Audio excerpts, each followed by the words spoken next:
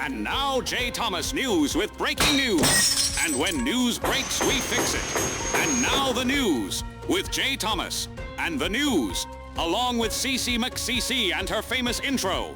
Biff Bunyan with the weather, and Katie Von Crystal Katie with a spotlight on spotlights.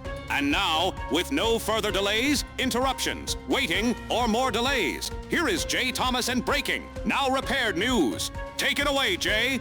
Oh, thank you very much there, Mr. Announcer. Okay, this is breaking news. Just came over the wire not 20 minutes ago. I think I have a wire. Here it is. Came over the wire.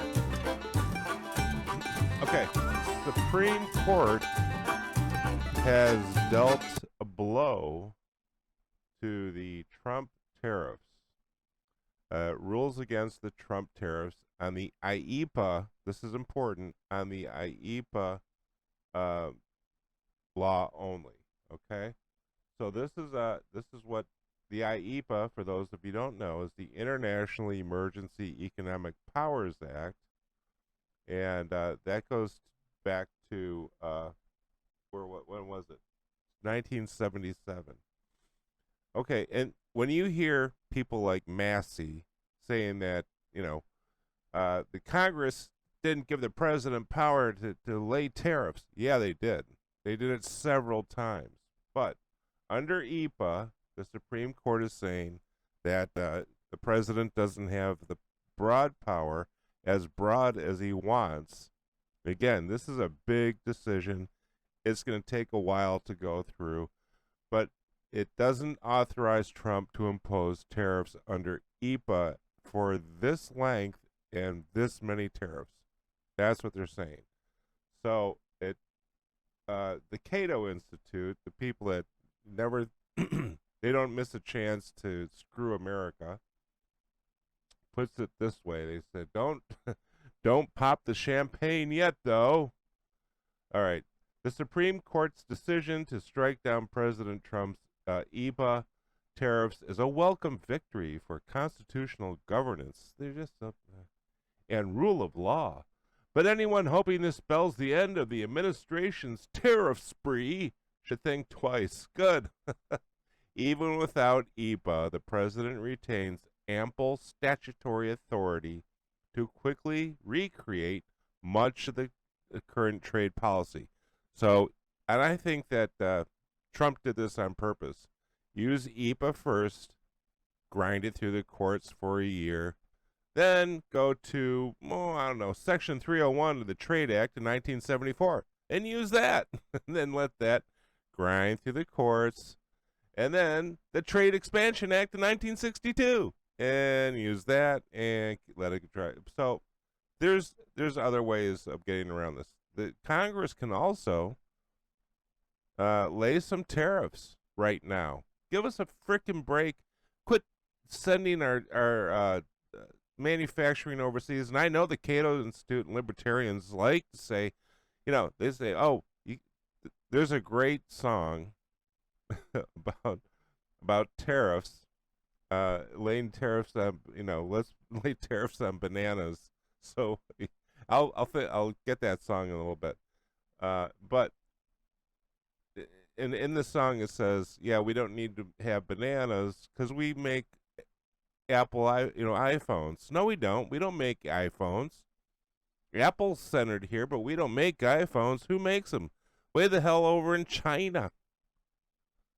So here's they're saying, Cato says, some of these are familiar. During Trump's first term, he invoked Section 301 of the Trade Act of 1974 and Section 232 of the Trade Expansion Act of 1962 to hit China and oppose steel aluminum tariffs. Yet U.S. law provides other tools that have largely escaped notice. There's Section 122 of the Trade Act of 1974 and Section 338 of the Tariff Act of 1930 that could let the administration continue its tariff onslaught. Listen to that. Even without EPA, Cato is crying. That's anytime that Cato cries. And you know what? I used to think that Cato was this great institution. It's like I used to read Cato all the time. It's not. So this is important for us. This is important economic news. Now, so John Hughes was on Fox News a little bit ago, and under the American Newsroom, let's listen to what he says.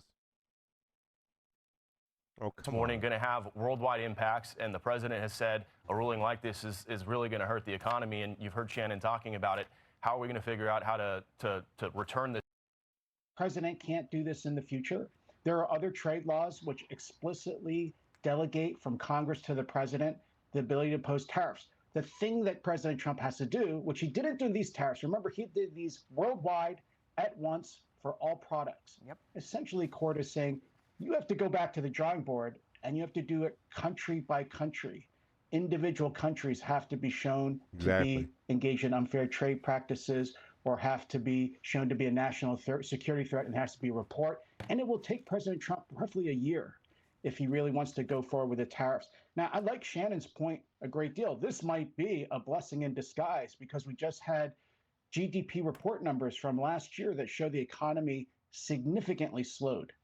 If all the tariffs that President announced are immediately eliminated and he has to take about a year, if he really chooses to do it again, has to take about a year to impose these tariffs again, that might actually have a positive boost on the economy, which could have a very positive effect on President Trump and Republicans. No, see, no, and this is the thing. They're thinking that the tariffs have slowed the economy. It hasn't.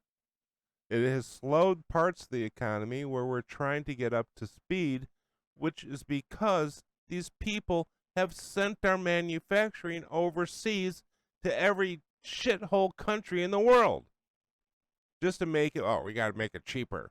Okay. This is how you have to. This is why you have to go when you go and buy, like, say, I had to an air conditioning thing for compressor for my truck. I had to get 3 of them. The 4th one finally worked because they were all made in China. I tried to buy the one made in America, but I couldn't. There wasn't one. There was one that was made in Philippines. Or not Philippines. I'm sorry. What? Taiwan. Why am I looking at you? Taiwan. There was one made in Mexico. There was 2 of them made in China, and they all broke. And this is how we get to that point. This is why we have cheap ass crap in our stores. But this is not going to slow. I don't think this is going to slow Trump down. With John Hughes' point, I wanted to bring that out because this is how a lot of people think, including Dana Perino. She's like, "Oh, these tariffs are terrible. My free enterprise gene is screaming." Or whatever it was. My free trade gene, that's what it was. Anyway, this is important. SCOTUS 6-3 decision. Of course, it was Roberts, that jerk. He's the guy that gave us, he's the guy that rewrote the law for Obamacare. If you remember that. But they called it a tax. Now, they're right there. It is a tax. But the Congress has given the president this ability. Any president. If they didn't want the president to have this ability, then they shouldn't have given it to him, but they have it several times over. So it's a big decision. We'll be going through this. It doesn't stop the president from doing this. Don't worry about it. And they also didn't address what to do with the money that they've collected.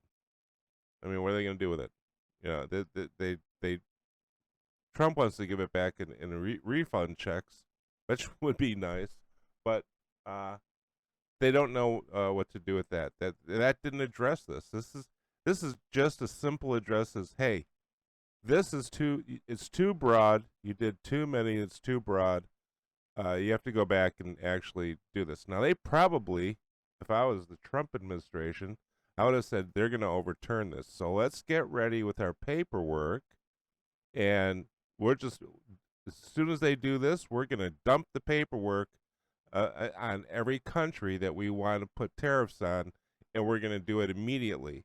and they'll do that. I bet you they'll do that. Let's wait for the White House press briefing today, and that should be a lot of fun. So, I'm going to 10 minutes of breaking news, people. 10 minutes of breaking news. Isn't it great to have me on? I'm telling you. I am telling you. Wait a minute. Where'd that go? All right. All right. We'll be back, and we're going to post something about Susan Rice. Let's take it out of here. Susan Rice wants to arrest you, confiscate all your money, put your kids in a concentration camp. What else can I say? She wants to put you in a gas chamber. Susan Rice is a fucking Nazi.